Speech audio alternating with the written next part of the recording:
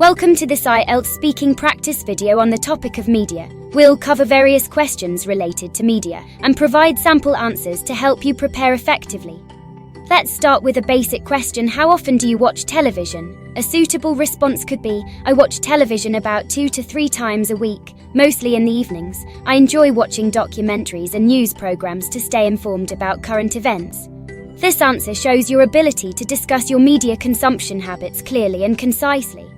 Moving on to another question, do you prefer reading newspapers or watching the news on TV? You might answer, I prefer watching the news on TV because it's more engaging and I can get updates quickly. However, I also read newspapers occasionally for in-depth analysis and different perspectives.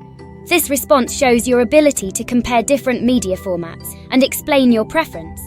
Consider the question, what is your favorite type of media? A suitable response could be, my favorite type of media is online news platforms. They are convenient, constantly updated, and offer a wide range of topics. I can also easily share interesting articles with friends. This answer demonstrates your preference for digital media and its benefits. Let's explore another question. How has media changed in your lifetime?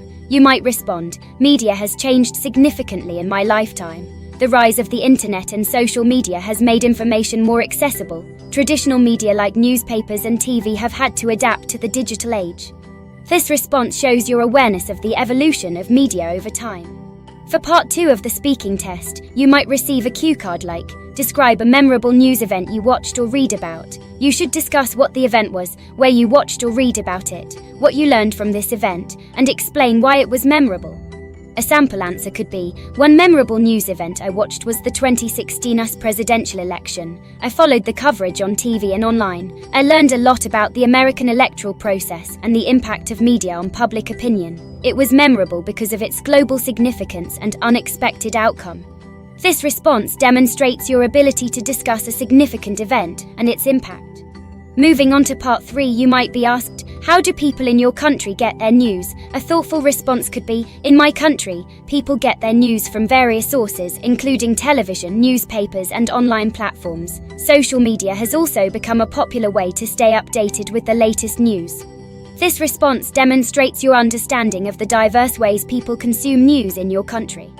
Another question could be, what are the advantages and disadvantages of getting news from social media? You might answer, the advantages of getting news from social media include convenience and real-time updates. However, the disadvantages are the risk of misinformation and the lack of credible sources.